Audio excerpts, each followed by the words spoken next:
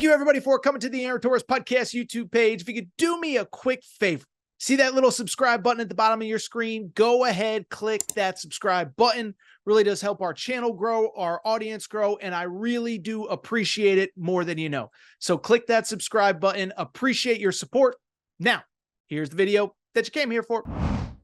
Of May, which means that my favorite part maybe of the entire sports calendar, roster building season in college basketball, is essentially over.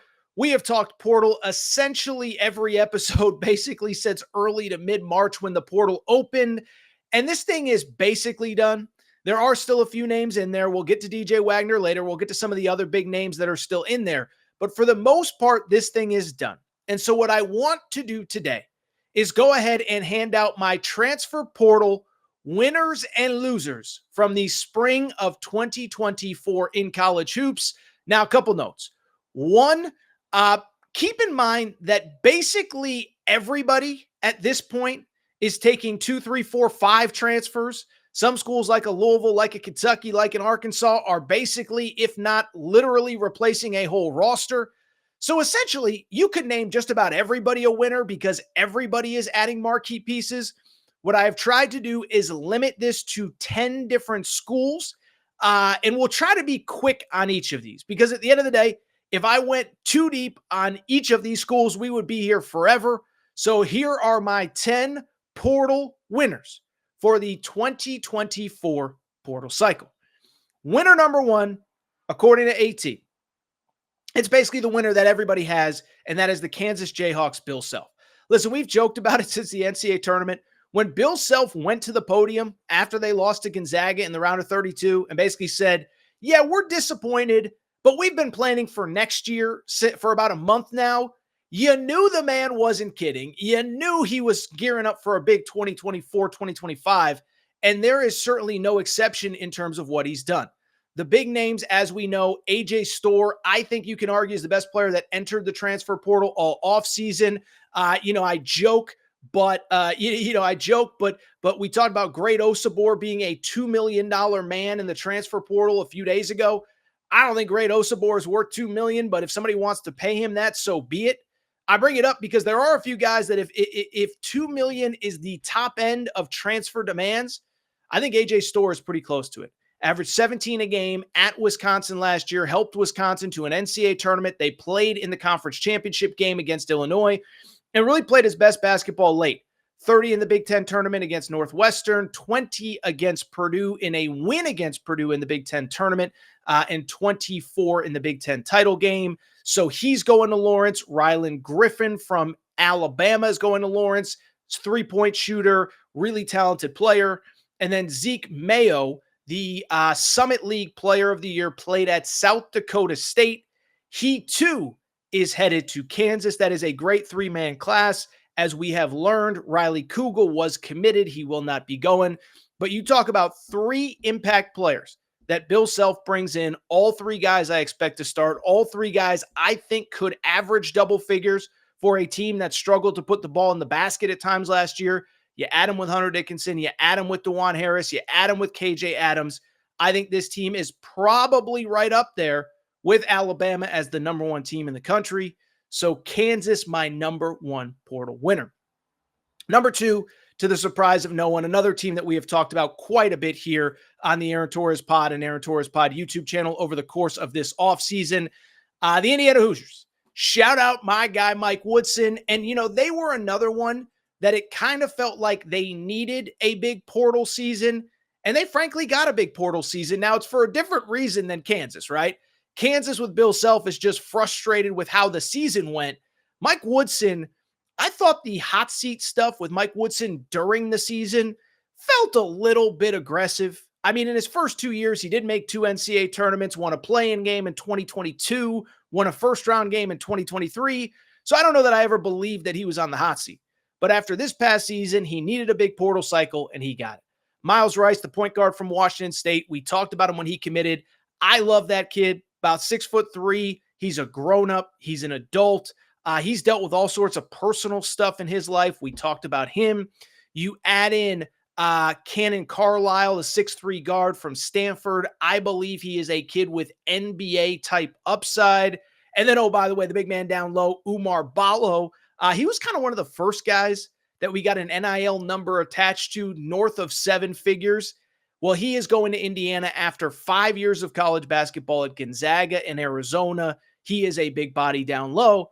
And then remember, what's the knock on Indiana? They don't have enough three-point shooting. Well, Luke Goody from Illinois ends up at Indiana. Really like what Mike Woodson did. Listen, are they going to win a Big Ten championship next year? I don't know. But you start to look at teams on paper. There aren't very many that are better on paper than Indiana. So credit Mike Woodson. He needed a big offseason, and he got it. Number 3, in terms of Torres' big transfer portal winners, Scott Drew and the Baylor Bears. Now, what's interesting about this, every team has a little bit of a different story. And I do think you can directly kind of correlate Baylor's success in the portal with 1 or 2 very big events this offseason. The first one, Louisville came after Scott Drew really hard. And I think after he turned down Louisville, there was an understanding, okay, if I'm staying, we got to gear up and you got to give me the resources to compete at the highest levels of college basketball. And credit to Baylor because that's exactly what they did. And then, oh, by the way, I think it was even heightened more after Scott Drew turned down Kentucky. Now, unlike some of these other schools, they did not need a ton of pieces, but the ones they got are really good. Jeremy Roach, essentially a 4-year starter at Duke. He was their starting point guard when they went to the Final Four in 2022. He is headed to Baylor. Norchad Omier, another player that's played in a Final Four for Miami 2 seasons ago. Double-double machine. He ends up entering the portal and ending up at Baylor. Those are both 5-year guys. Those are both guys that commanded quite a bit in NIL money, and the job got done. And so you add them in with some of the players coming back. You add them in with VJ Edgecombe, the 5-star guard. I believe Baylor's like a top 5 team in the country going into next season. Haven't always been the biggest fan of Scott Drew's team building, last couple off seasons since the 2021 title. I really like this group. I like how the pieces fit. I have Baylor as a top 5 team right now. We'll probably do an updated top 25 at some point, but credit Scott Drew for getting it done. Number 4, in Torres's best portal winners, best portal off seasons of 2024. This one's a little bit of a curveball, but here goes. It's the 2-time defending national champion UConn Huskies and Dan Hurley, okay? And so some people would sit there and say, well, Torres, they only took 2 guys in the portal. Like, how good could they actually be during the course of this offseason? And what I would say is it's not always just filling 8, 9, 10 roster spots, but it's who do you get? And more importantly, who do you retain? And so in my opinion, why I believe that UConn is one of the big transfer portal winners, it's pretty straightforward. Let me explain why. First of all, the guys that they got in the portal are really, really, really good, and they really, really fit some areas of need for the UConn Huskies. We talked about both when they committed, but Terrace Reed was a 7-foot center, played at Michigan over the course of the last 2 seasons. One of the things that I think has given UConn success over the last 2 seasons, besides the obvious, is that they've had that kind of 2-headed monster down low. Well, Donovan Clingan is gone. You're never going to replace him. But a guy with major ability and talent from Michigan, I think that's a major win. A guy with experience at the highest level. I know it didn't go well for Michigan, but by all accounts, he's a good kid, a hard worker, all that. And I just think that was an area of need. The other thing that I think is as of importance is Aiden Mahaney committing. Of course, Aiden Mahaney was the player from St. Mary's, averaged 13 points per game. He ends up committing to UConn. So 2 really nice pieces for UConn. But as importantly, and I think this is really, really, really important, UConn really didn't lose anyone in the portal either. Now, they may lose all 5 starters to the NBA draft, and they did lose 1 player, a 3rd-year player who essentially wasn't even going to play next year. But why I believe UConn was one of the winners. Last offseason, UConn brought in a 5-man high school recruiting class. First off, a 5-man class is essentially unheard of in this era, but UConn brings in 5 guys. One of them, Steph Castle, is going to be a lottery pick. But here is why I believe UConn is a winner in the transfer portal. It's because the other four, none of which played huge roles, all decided to stay. When you have four freshmen in college basketball in 2024 and none of them play big roles, I think the assumption is you're always going to lose at least one or two of them, maybe three, maybe all four. UConn keeps all four, and that is why they are a winner to me.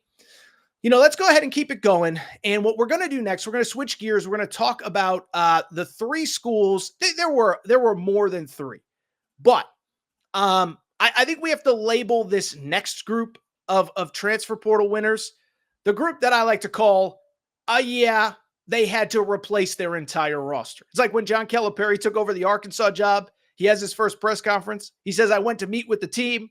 There was no team. Well, that's essentially what happened at three different places that I want to talk about next. The first one, school we haven't talked about as much over the last couple weeks, but that's the Louisville Cardinals. Let's give Pat Kelsey credit. He wasn't their first choice. It was kind of a sloppy hiring, if you will. They thought they had Scott Drew. They didn't have Scott Drew. They thought they had Dusty May. They didn't have Dusty May. Well, they end up with Pat Kelsey. This guy hits the ground running. Several big names that he has brought in. The most recent one actually was just this week. Kayshawn Pryor was a player from South Florida that I know Arkansas wanted. I know that some other schools were intrigued in. He commits to Louisville on Tuesday. Now, part of that might be that they missed out on Great Osabor and they had money to burn, but it doesn't change the fact that he's a really good player, about 13 points per game, good three-point shooter, 8 rebounds per game, very talented player. You add him in with some of the other guys that they signed, Chucky Hepburn from Wisconsin, the starting point guard, Corin Johnson, a player that I like from Washington, and also Terrence Edwards Jr., the star of James Madison's NCAA tournament team. I like this roster that Pat Kelsey has put together. They are, in my opinion, an NCAA tournament team in 2025. Credit to Pat Kelsey. That place was a disaster, and he has flipped it quickly. Speaking of programs that have flipped rosters quickly, you know where we're going to go next, and it's, of course, going to be the Kentucky Wildcats. Listen, we've talked basically, essentially every player that's committed to Kentucky over the last couple weeks, so we don't need to get too deep into this. But I love the class that Mark Pope has put together. And as I said on the show last week, I think they're being wildly underrated nationally. You have, in my opinion, the best shooter in the portal, Kobe Bryant, committed to Kentucky. In my opinion, the best two-way point guard in the portal, Lamont Butler. Best defensive guard for sure, going to Kentucky. Amari Williams, the best defensive big in the portal, going to Kentucky. And then, oh, by the way, Kirk Risa, Otega Owa, really like what Mark Pope has done. Again, by the way, I might have missed a guy or two. Forgive me. The portal stuff moves fast and furious. By the way, Mark Pope did well in the portal when he got a McDonald's All-American to commit to essentially come in and be his backup center. So credit Mark Pope. I like that group more than most others do, but Kentucky is, in my mind, no doubt one of the winners of the transfer portal. Speaking of Kentucky, can't do one without the other. They're the odd couple of all odd couples. Very quickly, let's give credit to Arkansas as well. Coach Cal, we know what the questions were. Oh, he can recruit the high school kids, but can he recruit the portal? Well, so far, 4 portal kids. 2 of them followed him from Kentucky, Adu Thiero, Big Z. But then he got 2 of the best players in the portal to come to Arkansas that he had no previous affiliation with. Jonas Adu, 6'11" center from Tennessee, winning veteran player. By the way, Baylor wanted him. Carolina wanted him. Who else? Everybody wanted this kid. Tennessee probably wanted him to come back. So the fact that Arkansas gets him, that's a big win for Cal, because this isn't a kid he recruited. It isn't a kid. And he was a kid that was in the SEC that heard all the negativity around Cal. So credit to Cal on that. And then obviously John L. Davis, Nelly Davis. I know everybody's excited about him. Again, we joked earlier about if Great Osabor is a $2 million player, who is actually a $2 million player. I think John L. Davis is probably one. Kadari Richmond's one. Jeremy Roach is one. But John L. Davis may be the best player in the portal. Let's keep it going. So we have given you 7. 3 more really quick. And how about this? So we've talked a lot with the parallels of Kentucky and Arkansas. What we haven't talked about much is Arkansas and USC, where their former coach Eric Musselman now is. And let me say this. Let me group the next two schools together. USC and UCLA to me are very, very, very interesting. I think most of you know I live in LA. And the one thing I can tell you, we all know a little bit more about, people in the media tend to know a little bit more about the local schools and teams and whatever. It's because you're just around them more. And the one thing I can tell you is it hasn't always been easy to get transfers into USC and UCLA. UCLA much harder, but I bring it up because even USC, there's been a couple guys through the years that they've wanted that they either can't get in or they don't even bring to admissions because they know they can't get in. Well, Eric Musselman, to his credit, obviously this was part of the hiring process, went to the administration, said we need to go heavy in the portal, and does a very good job. Desmond Claude is probably the best player that they've brought in. Guard from Xavier was like a second team all Big East guy.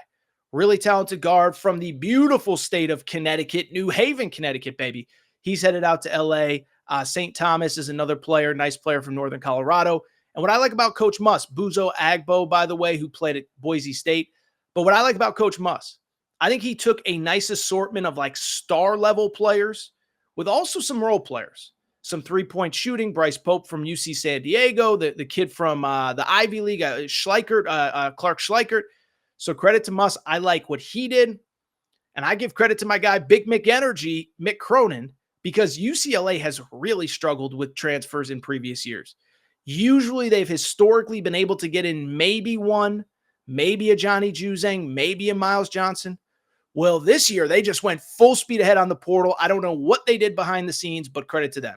Add Sky Clark, the transfer from Louisville, point guard, Kobe Johnson on the wing.